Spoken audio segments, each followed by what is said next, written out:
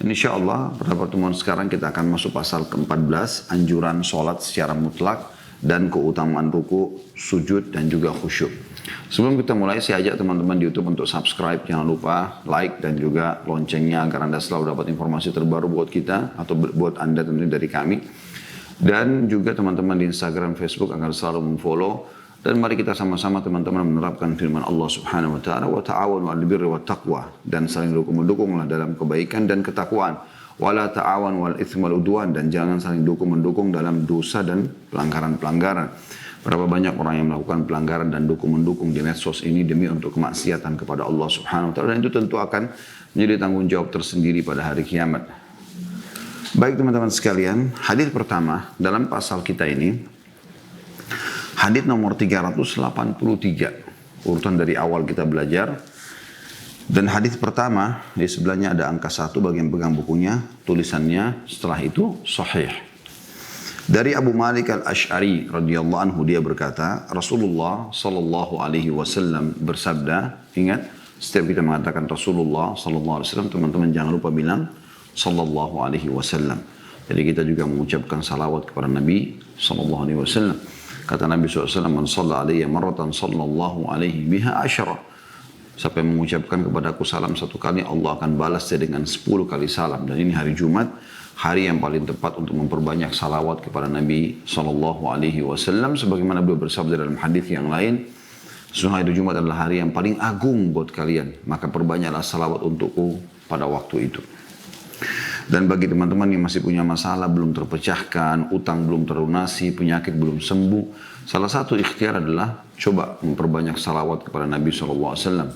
Karena beliau mengatakan kepada sahabat yang memperbanyak salawat untuk beliau SAW dibandingkan zikir yang lain, maka beliau mengatakan kalau begitu akan dibersihkan dosamu, akan diangkat permasalahan hidupmu, dan akan diberikan rezeki untukmu. Kata Nabi SAW, At-tuhuru syatrul iman, walhamdulillahi tamla'ul mizan, wa subhanallahi walhamdulillahi tamla'ani au tamla'u ma bainas sama'i wal ard, wassalatu nur, wassadaqatu burhan, wassabru diya, wal qur'anu hujjatun laka au alaika. Bersuci itu separuh dari iman. Alhamdulillah memenuhi timbangan. Subhanallah dan Alhamdulillah keduanya memenuhi atau semuanya memenuhi apapun yang ada di antara langit dan bumi. Salat itu cahaya, sedekah itu bukti nyata, sabar itu adalah sinar, dan Al-Quran adalah hujjah yang membelamu atau akan melawanmu. Hadis ini diriwayatkan oleh Muslim dan lain-lain, dan ia telah disebutkan pada kitab Taharah bab 7. Jadi kita sudah pernah sebutkan sebelumnya ya. Dan hadis ini kita akan coba bahas kembali. Potongan pertama kita bisa ambil mutiara hadis saudara Kusiman adalah sabda Nabi SAW, At-tuhuru syatrul iman. Bersuci itu adalah separuh dari iman. Ya saudaraku, sebagai seorang muslim dan muslimah, Anda sangat dianjurkan, bahkan harusnya menjadi sebuah simbol bagi Anda. Kebersihan, kerapihan, keramahan, ya. Semua itu adalah bagian daripada agama kita. Bajunya bersih, kita biasa bahasakan kalau bahasa fikih selamat dari najis, ya. Kemudian badannya juga bersih, ya. Penampilannya rapi, badannya wangi, ya. Pakaiannya wangi, ini semua bagian daripada agama. Di hari Jumat seperti ini, dianjurkan sekali para kaum laki-laki untuk menggunakan baju terbaiknya, ya, mengisi rambutnya dengan rapi, memakai minyak wangi yang terbaik. Bahkan kalau dia gabungkan itu semua dengan dia hadir di khutbah Jumat, dia hadir sholat Jumat, akan dibersihkan dosa-dosanya yang telah lalu. Jadi saking tegasnya perintah agama untuk selalu bersih dan suci, sampai-sampai ya bisa dibersihkan dosa kalau kita kerjakan itu di hari Jumat. Ini luar biasa, ya. Belum lagi secara umum juga buat muslim masuk dalamnya adalah firman Allah Subhanahu wa taala, wallahu yuhibbul mutahhirin, dan Allah sangat cinta dengan orang-orang yang suka bersuci. Allah secara alami telah memberikan kepada kita perasaan suka dengan warna yang bagus, penataan yang bagus, ya, rasa yang bagus, tes yang enak gitu. Semua itu Allah Subhanahu wa taala berikan kepada kita Ya karena Allah ingin memang kita menyukai itu. Dan Nabi SAW mengatakan, Inna Allah jamilun yuhibbul jamal. Allah itu indah, suka dengan keindahan. Ya. Jadi memang Allah buat alami kita suka semua itu. Dan Allah buat kita tidak suka dengan bau busuk. Misalnya Anda lewat di sebuah tempat ada bau yang kurang sedap. Mungkin Anda tutup hidung, Anda segera ingin meninggalkan tempat itu. Itu kan alami, fitrah. Dan semua orang alami itu. Ya, kecuali ada orang yang rusak fitrahnya, dia suka dengan bau busuk, na'udzubillah. Tapi ini umum. Orang ya, tidak suka dengan seperti itu. Nah ini alami. Anda juga tidak suka dengan orang yang berantakan, orang yang bau mulutnya, orang yang bau badannya gitu kan. Orang semua menghindar dari orang-orang seperti ini. Nah, ini secara alami sebenarnya Allah memang menyuruh kita selalu bersih. Jadi harus relevansi antara muslim ya, dengan lingkungannya, pekerjaannya, dirinya, kebersihan, kerapian. Gitu kan. Dan kita ditata oleh Islam sampai kepada pakaian walibasut taqwa dzalika khair, pakaian yang bertakwa tertutup dengan rapi, bersih, itu adalah lebih baik gitu kan. Ya, bukan berarti bersih kemudian kita main sembarangan saja dengan orang-orang yang kotor segala macam, bukan seperti itu ya. Jadi ini potongan pertama dari hadis yang luar biasa. Di akhirat pun kalau kita lihat tentang surga, maka kita kalau baca tentang surga, mendapatkan informasi tentang surga, kita akan temukan luar biasa surga itu. Luar biasa gitu. Bagaimana Allah gambarkan bangunan-bangunan dari emas dan perak, bagaimana pohon-pohonnya yang rindang, buah-buahannya yang banyak, tertata dengan rapi, baunya yang wangi, sampai lumpurnya aja baunya kasturi. Begitu dalam hadis disebutkan. Kemudian juga bagaimana para pelayannya, bidadari-bidadaranya cantik dan gagah seperti mutiara yang bertaburan, seperti mutiara yang terjaga dengan baik, seperti tidak pernah disentuh oleh jin dan manusia atau tangan-tangan gitu kan. Itu luar biasa. Nah, ini semua teman-teman menggambarkan bagaimana kita memang harus menjaga kebersihan ya tubuh kita. Kita juga punya 5 fitrah atau 10 fitrah, 11 fitrah bahkan. Ya, hal yang alami harus kita jaga gitu kan. Mencukur kumis bagi laki-laki itu mencabut bulu ketiak, bagi laki-laki, perempuan mencukur bulu kemaluan, memelihara jenggot bagi laki-laki. Kemudian khitan, sunat ya. Kemudian berkumur-kumur, kemudian istinsyak, menghirup air di hidung lalu membuang kembali. Ini luar biasa, mencuci tangan ya atau jari-jari. Ini semua bagian daripada agama yang sangat dianjurkan agar kita jaga. Jadi mutiara yang pertama dari hadits ini adalah bagaimana kebersihan itu bagian daripada keimanan. Bahkan dikatakan sini separuh dari keimanan. Ya, berarti orang kalau tidak suka dengan kebersihan bisa hilang separuh keimanannya. Itu luar biasa gitu ya. Kemudian potongan yang kedua dari hadits adalah walhamdulillahi tamla'ul mizan.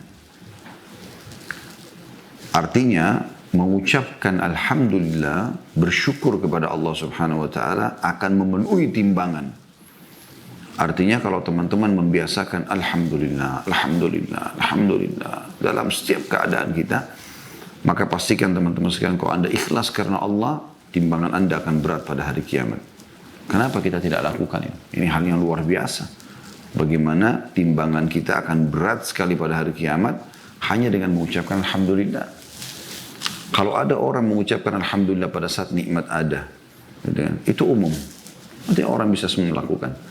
Tapi kalau Anda bisa mengucapkan teman-teman sekalian alhamdulillah di saat Anda sedang senang dan Anda sedang sulit, dan Anda bersangka baik dengan Allah Subhanahu wa taala, bahwasanya di saat nikmat Allah sedang memberikan nikmat, dan pada saat ada cobaan Allah sedang menguji, dan kita dengan plongnya mengatakan alhamdulillah atas penyakit ini, alhamdulillah atas ujian ini. Karena tidak ada sesuatu pun yang terjadi kecuali dengan izin Allah Subhanahu wa taala. Kita tinggal jadikan sebagai ajang mengejar pahala di situ.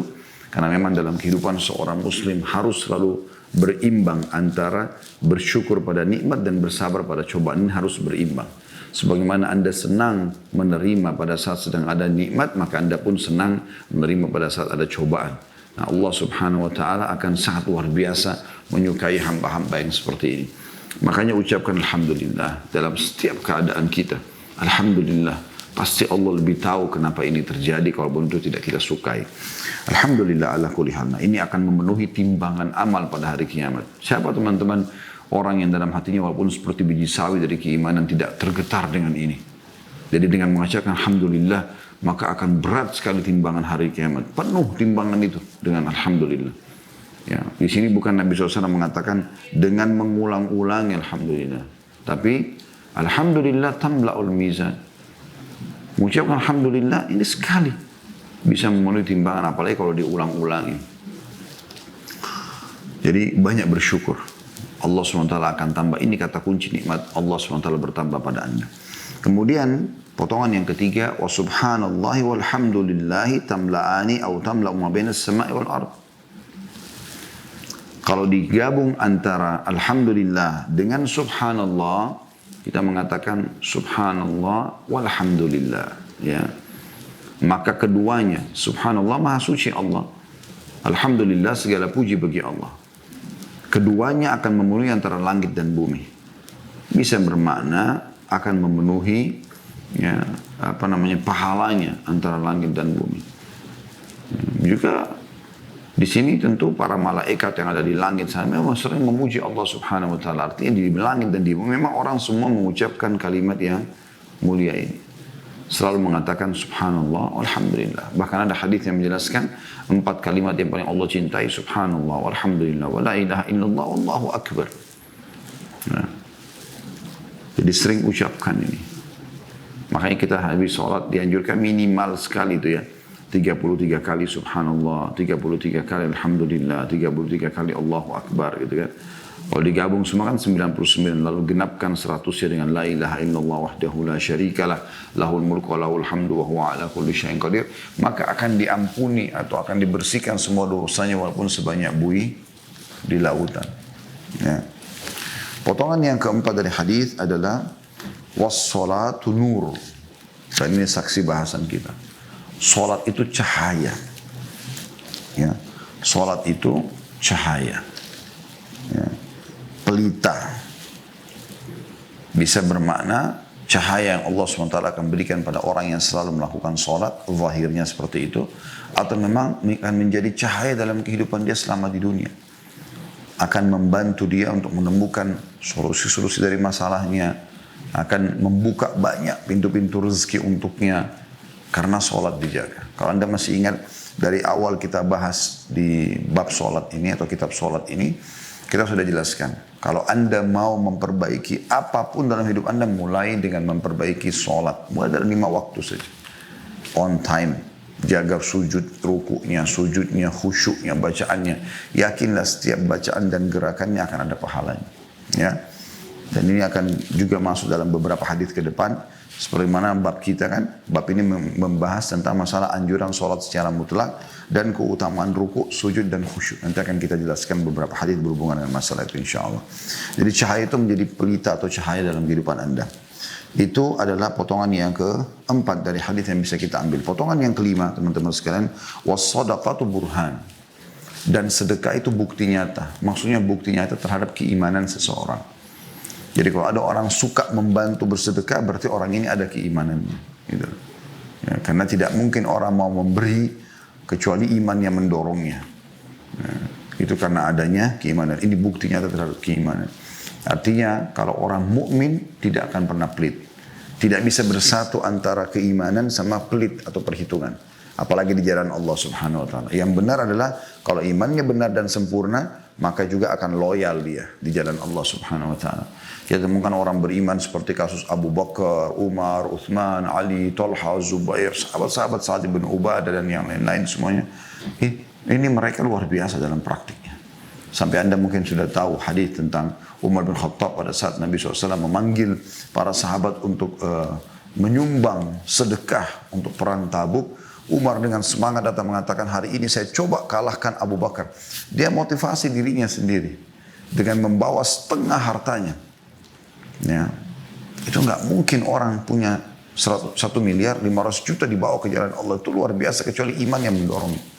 Anda punya gaji 1 juta, ya 500 ribunya Anda bayar, gitu. Keluarkan di jalan Allah SWT. Itu kan setengahnya luar biasa. Maka Umar pun datang ke majelis Nabi SAW lalu mengatakan, ya Rasulullah, ini untuk Allah dan Rasulnya. Karena Nabi SAW undang secara terang-terangan, maka Umar pun menyumbang terang-terangan. Karena Nabi SAW lagi tunggu di masjid orang yang datang untuk membawa sumbangan. Setelah itu datang Abu Bakar.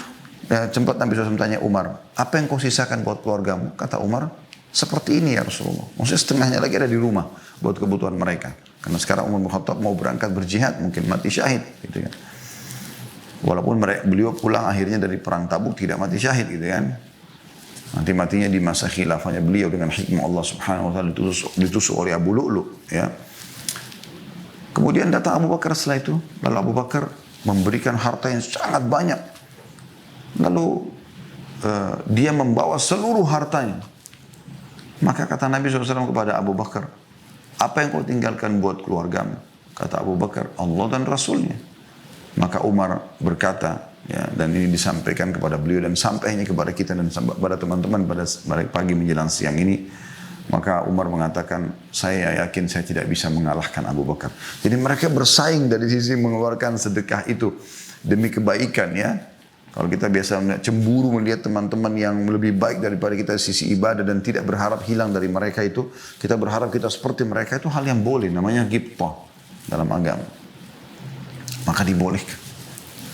Oleh karena itu teman-teman sekalian, ini luar biasa. Sedekah itu bukti daripada bukti daripada keimanan.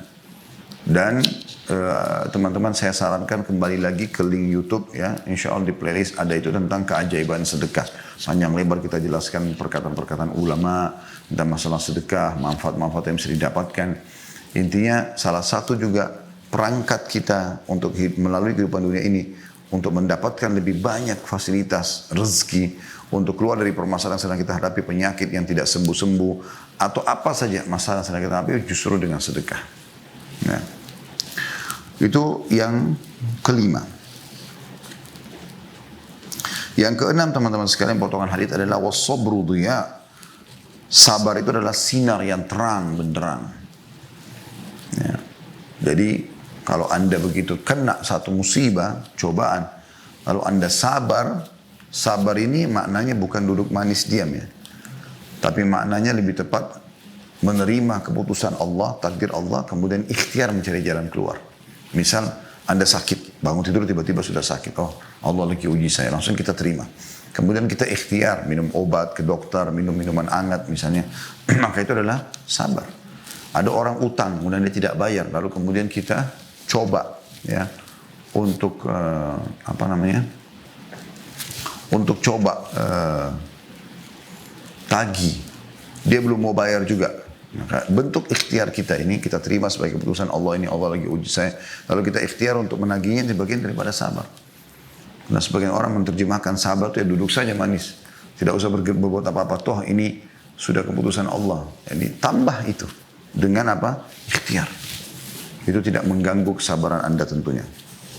Ini ya potongan yang ke-6 yang kita ambil dari hadis ya. Jadi yang pertama, kesucian bagian daripada keimanan. Yang kedua, bagaimana bersyukur kepada Allah akan memenuhi timbangan amal pada hari kiamat. Yang ketiga, kalau kita mengucapkan, tadi itu yang kedua itu alhamdulillah ya. Yang ketiga kalau kita ucapkan subhanallah, alhamdulillah, maka ini akan memenuhi antara langit dan bumi. Yang keempat adalah sholat itu ya, sinar yang sangat terang. Nah, sudah kita jelaskan tadi. Yang kelima adalah sedekah. Itu adalah bukti nyata terhadap keimanan. Yang ketujuh adalah as-sabru dhiya. Nah, yang keenam maksudnya, yang keenam adalah sabar adalah sinar yang terang. Sudah kita jelaskan tadi bagaimana dia akan menjadi sinar penerang bagi seseorang karena dia sabar dalam menerima keputusan Allah Subhanahu wa taala. Dan yang ketujuh adalah wal Qur'anu hujjatun laka au alaik. Quran itu bisa akan membelahmu atau melawanmu. Maknanya apa kata ulama? Kalau kau selalu baca Al-Quran itu, dia akan menjadi penolongmu. Sebagaimana sabda Nabi SAW, Iqra al-Quran fa innahu ya'ti syafi'an li ahli yaumil qiyamah. Baca Al-Quran karena dia akan jadi akan datang menjadi penolong bagi pembacanya pada hari kiamat. Tapi sebaliknya kalau orang tidak membacanya, tidak mempelajarinya, tidak menerapkan hukum-hukumnya, maka akan bisa menjadi hujjah terhadap dia. Maksudnya akan melawannya nanti pada hari kiamat.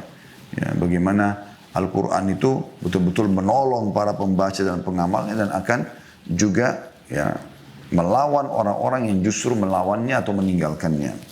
Dan ini berarti memang kita harus menerapkan Al-Quran sebagai sebuah pedoman hidup ya dalam kehidupan kita. Ini yang kita bisa ambil dari hadis yang pertama.